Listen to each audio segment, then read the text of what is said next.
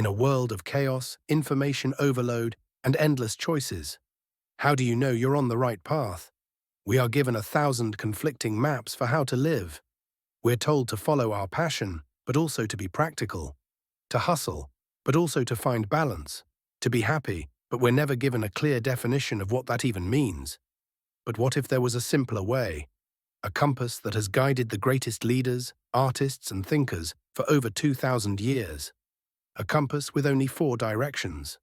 4 virtues that, if you follow them, guarantee a life of meaning, purpose, and tranquility. Wisdom, courage, justice, temperance. These are the 4 cardinal virtues of Stoicism. They are not vague ideals, they are a practical operating system for the human mind.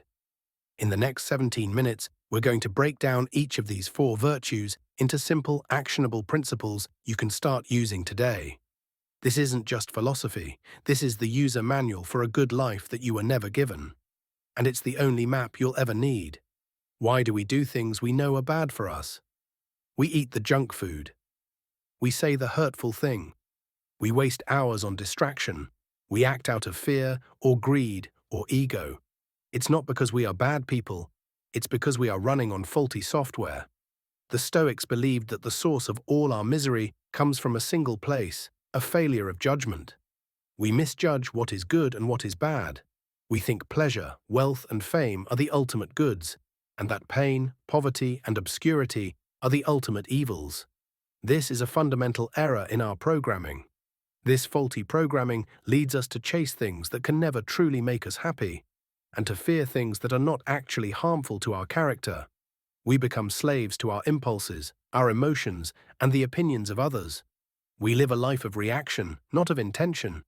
The Stoics offered a solution, an upgrade to our operating system. They said that the only true good is virtue, and that everything else, health, wealth, reputation, is indifferent. Not worthless, but not the basis of a good life. The 4 virtues are the pillars that hold up that life. They are the standard against which every action, every thought, and every feeling should be measured. The first virtue is wisdom. The Stoics called it Sophia. This is the master virtue. It's the ability to see the world clearly as it is, not as you wish it were. It's the art of knowing what is truly good, what is bad, and what is indifferent. For the Stoics, the only true good is virtue, excellence of character. The only true bad is vice, corruption of character. Everything else is indifferent. This is a radical idea. It means that being poor is not bad. Being sick is not bad. Being criticized is not bad. They are merely external circumstances. What matters is how you respond to them. Do you respond with virtue or with vice? Wisdom is the ability to navigate the complexities of life with logic, reason, and tranquility. It's about separating what is in your control from what is not, the dichotomy of control. It's about understanding cause and effect. It's about anticipating the consequences of your actions. It is the opposite of impulsiveness and short-sightedness. How do you practice wisdom? Before you act, pause. Ask yourself, is this in my control? What is the most reasonable and virtuous way to respond? Am I acting out of emotion or out of clear judgment? Wisdom is the CEO of your mind. It makes the final decision. The second virtue is courage. The Stoics called it Andreia. This is not the brute courage of the battlefield, though it includes that. It is moral courage. It is the courage to do the right thing, even when it's hard, even when you're afraid, even when it's unpopular. Courage is the domain of endurance and action. It's facing your fears, yes, but it's also enduring pain, illness, and hardship with grace and resilience. It's the strength to get up every day and do what needs to be done, regardless of how you feel. It's the voice inside you that says, "This is difficult, but it is right, and so I will do it." The Stoics had many heroes of courage, but none more so than Cato the Younger. He was a man who refused to compromise his principles even when it cost him everything. He stood against the tyranny of Caesar, not with an army, but with the force of his character. He chose death over a life under a dictator, becoming a symbol of Stoic resolve for centuries. How do you practice courage? Start small. Do the thing you've been procrastinating on. Have the difficult conversation you've been avoiding. Speak up for your values, even in a small way. Courage is a muscle. The more you use it, the stronger it gets. The third virtue is justice. The Stoics called it Dikaiosyne. This is perhaps the most misunderstood of the virtues. It's not just about laws and courtrooms. It is the virtue of our relationship with others. It is about fairness, kindness, and goodwill. The Stoics believed in a concept called sympatheia, the idea that all things are mutually connected. We are not isolated individuals. We are members of a single cosmic body. What is bad for the hive is bad for the bee. Justice, then, is the recognition of our duty to others. It is acting for the common good. Marcus Aurelius, the most powerful man in the world, saw himself as a servant of the people of Rome. He wrote in his journal, "What is not good for the beehive cannot be good for the bee."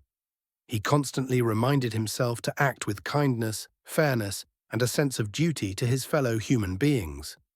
This was not a weakness, it was the source of his strength as a leader. How do you practice justice? In every interaction, ask yourself, am I being fair? Am I being kind? Am I considering the needs of others, or only my own? Justice is seeing the world from a higher place and acting accordingly.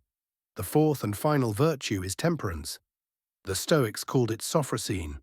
This is the virtue of self-control, moderation, and discipline. It is the art of mastering your own desires, rather than being a slave to them. We live in a world of excess. We are constantly bombarded with temptations for more food, more entertainment, more validation, more stuff. Temperance is the ability to say no, not because these things are inherently evil, but because a life of constant indulgence is a life of slavery. When you cannot control your own appetites, you are not free. Temperance is about doing things in the right measure. It's about knowing the difference between what you want and what you need. It's the discipline to delay gratification in pursuit of a higher goal. It is the quiet strength of self-mastery. How do you practice temperance? Start by introducing small moments of intentional discomfort. Take a cold shower. Fast for a short period. Turn off your phone for an hour. By practicing self-denial in small ways, you build the strength to resist temptation in big ways. You prove to yourself that you are the master of your own mind. Now here is the most important part. The Stoics did not see these as four separate virtues. They believed they were all aspects of a single, unified whole. Virtue itself. They are like the four facets of a diamond. You cannot have one without the others. Think about it. Can you be truly courageous without wisdom? No, that's just recklessness. Can you be just without courage?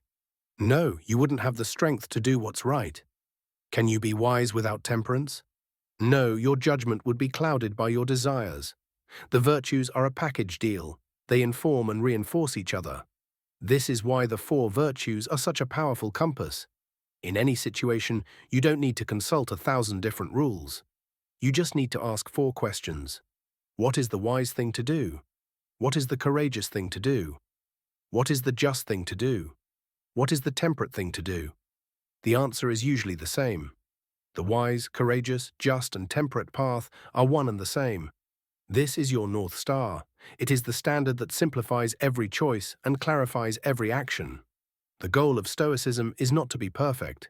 The Stoic sage, the perfectly virtuous person, is an ideal, not a reality.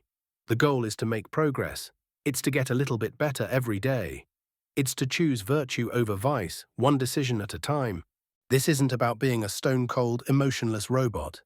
It's about cultivating a character that is strong, resilient, and kind. It's about building an inner citadel that cannot be touched by the chaos of the outside world. The 4 virtues are the blueprints for that citadel. So the next time you feel lost, confused, or overwhelmed, remember your compass. Ask yourself, what would wisdom do? What would courage do? What would justice do? What would temperance do? Let that be your guide, and you will always find your way home. If you want to continue your journey into Stoic philosophy, subscribe to Eudaimonia. And in the comments below, let me know which of the 4 virtues you are going to focus on practicing this week. Live with virtue, and live well.